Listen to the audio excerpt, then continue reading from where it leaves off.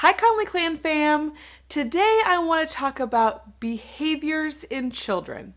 I have been asked multiple times about the different types of behaviors we've worked with in children, and today I want to go into a little bit more detail on that. So stay tuned.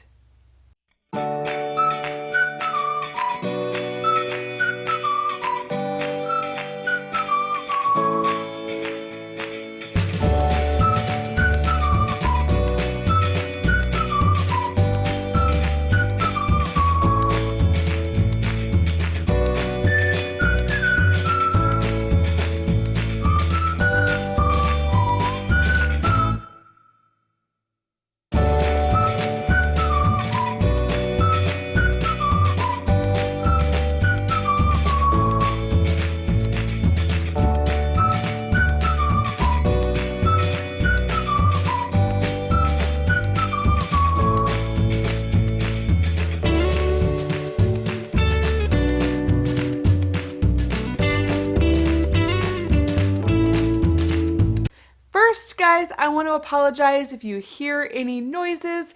Shaun is in the basement working on our remodel, and so if you hear that, I'm sorry. I am trying to get upstairs as far away as possible to get away from the noise, but he is diligently working to get that done. But today I really wanted to talk about behaviors in children. So Shaun and I have been doing foster care since February of 2014, so it's been almost 7 years. We have worked with kids all the way from birth to the age of 18. In Nebraska, you do not become an adult until you're 19, and so you don't age out of the system until you turn 19. So we have worked with kids all the way through age 18. Now, we have had kids in our house for as little as 1 day, and as you guys know, most of you know, we have some forever kids that we adopted from foster care as well. So we have worked with all kinds of different behaviors and mental health issues. We have worked with, we had one kid that had FAS, that is fetal alcohol syndrome. We suspect that maybe there are several of the kids that we've adopted that are also affected by FAS.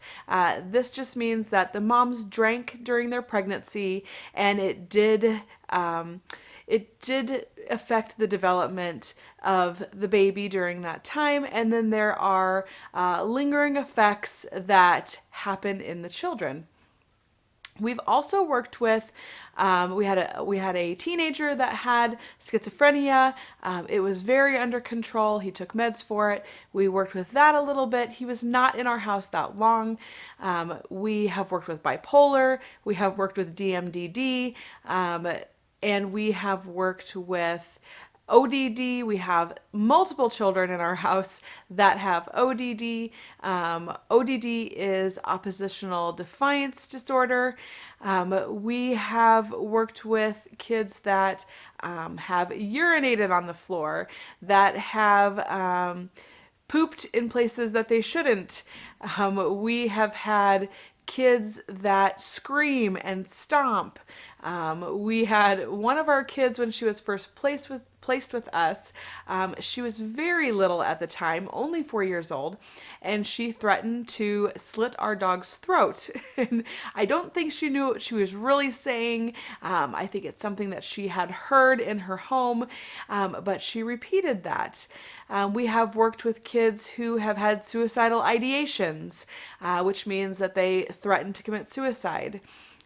We have worked with kids that have meds, kids that don't have meds, kids that wet the bed at an older age. So Shaun and I have really worked with a lot of different behaviors. I will say that our kids still, to this day, have behaviors that we are dealing with. We have them fairly under control. Every once in a while, when there is a trigger or they're having big feelings about something, we will see those behaviors come out more. And then it's just a matter of working with that child to get them back under control. One thing that I think is so important, and I make sure that I mention it to all the foster moms that I talk to that are having trouble with their kids, having trouble getting them under control, having trouble with behaviors, and that is PCIT therapy. This therapy works wonders with most children. And with children that have really big behaviors, this is a super good starting point also with those kids.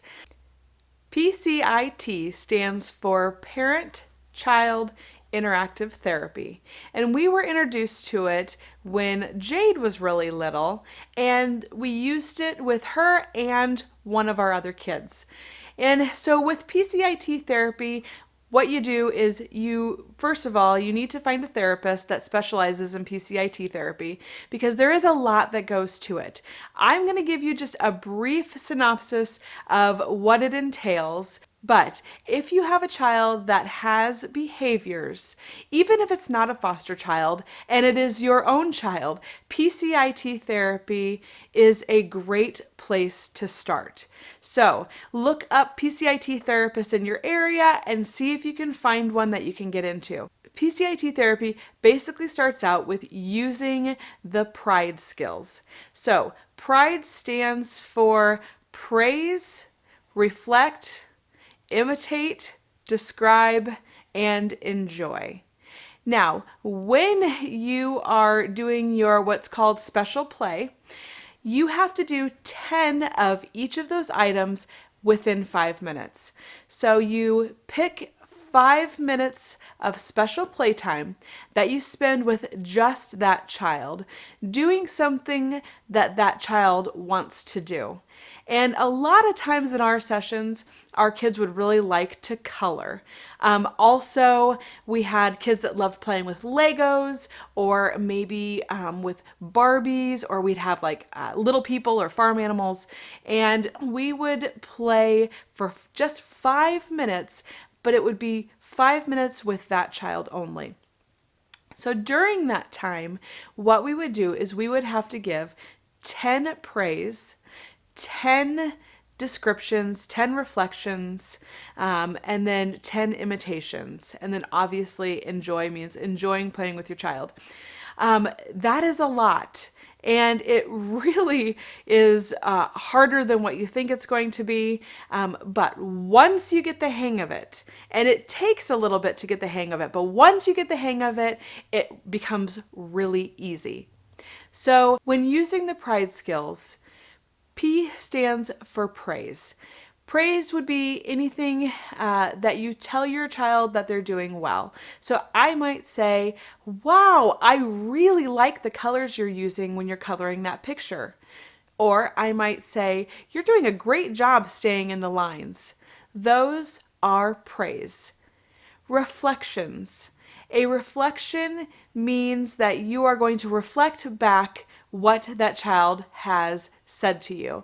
So if my child is talking to me about the picture they're coloring, and let's say it is a house, and they say something about the house, like, this really is a big house. And I would say, you just said that this is a big house.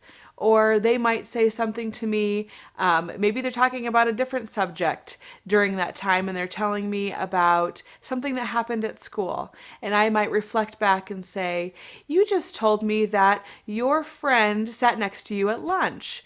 So you want to reflect back what that child is saying to you. This tells them that they know you're listening to what they're saying.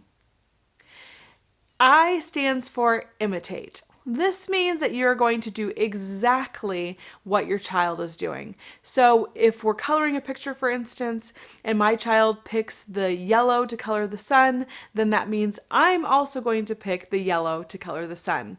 If they color the roof on their house purple, that means that I am going to pick purple and color my roof purple as well. So the I for imitation is really easy. All you have to do is just mimic what your child is doing and do the exact same thing that they are doing. If you're playing with Legos and they grab a green one and put a blue one on top, then you grab a green one and put a blue one on top. So then is D. And D stands for describe. And what that means is you're going to describe what your child is doing during that time. So I might say, hey, you colored your sun yellow, or you colored the roof of your house purple, or you took the blue Lego and put it on top of the green Lego. So I'm going to describe to my child what they are doing. This also lets them know that I am paying attention to them. Now we have to do each one of those, the P for praise, the I for imitate, the R for reflect, the D for describe. We have to do all of those 10 times within 5 minutes. And once you start practicing, the better you will get. And so we will spend our 5 minutes of special play with our kids. We will let them pick out what they want to do during that 5 minutes, and then we will practice those skills. Shaun and I also use these skills, the pride skills, throughout our day. So we don't use them just during special play. We use them with the kids from the time we wake up until the time the kids go to bed. And so we will use them throughout the day to let them know that we hear them, we see them, that they are doing great things. And this also really helps with keeping behaviors under control. In PCIT therapy, it does go on beyond that, and you learn how to do very structured timeouts and give warnings or no warnings, or there are special ways in PCIT to use the timeout rule. Now, Shaun and I did not get so much into this part. We really focused on the pride skills because our kids had so much trauma. We really wanted to relationship build before we went into using the punishments. Now, we have used the timeouts a little bit. I am not super well versed in those because we chose to focus more on the beginning part of the PCIT skills, but we do actually use the timeouts just in a little bit of a different way, but we still use very structured timeouts in our home, and that does also help, but we feel very strongly that you have to relationship build with that child before you can get into the consequence end of the PCIT skills. Shaun and I also use other things in the home, such as co-regulating with the children, transition times with the children, and things like that. We use resets, and I will get more into those in another video. Also, with the children that we have that have ODD, there are other skills that you can use. And the oppositional defiance disorder, which we have 3 kids that have that, potentially 4, but for sure we have 3. We have other skills that we use with that. That is really a tricky one when you have a child that is excessively defiant.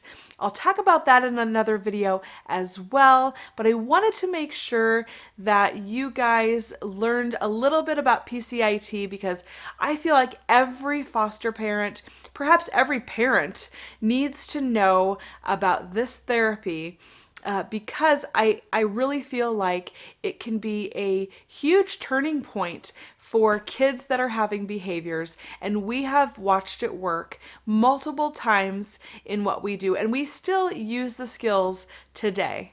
Guys, thanks for watching our video today. I hope you learned something new. I hope this video was helpful, and we will see you next time.